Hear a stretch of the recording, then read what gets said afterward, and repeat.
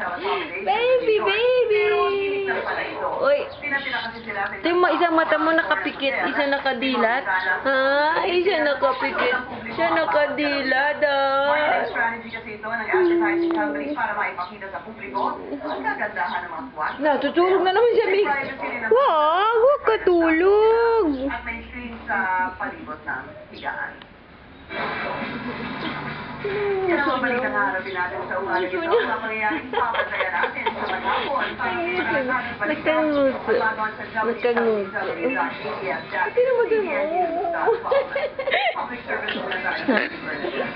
katawa ka man, Mi. Salamat sa inyo. Muso-muso siya, tulis mo. Nananawagan po ang pamilya ni na Henry Gansi, 41 taong gulang, Ay. at ni Gansi, 7 taong gulang, ng may Haligya, Santa Cruz, Maynila. Hoy, mag-email ka kay Tita Buneng. Open mo yung ano, internet. Ay, baka online sa Ate Michelle. Maaari po kayo tumawag kay Joe Vic. Mikay, open mo yung internet. Ay, may dimple. Sige, pakita mo. Pakita mo yung dimple na maganda yan. Pakita mo. Ayun.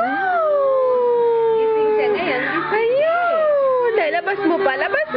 Nasa mo din, nilalabas niya yung dimple niya eh. Natalig gutom niya. Tapos, kasi mo pa nilalagay. Ay, cute.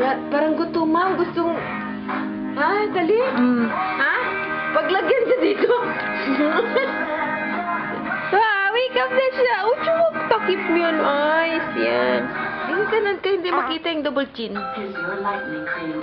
Nicho, pinapakita ang dimple. Makita niyo yung dimple niya. Ayun naman. Meron. Dalawa yan.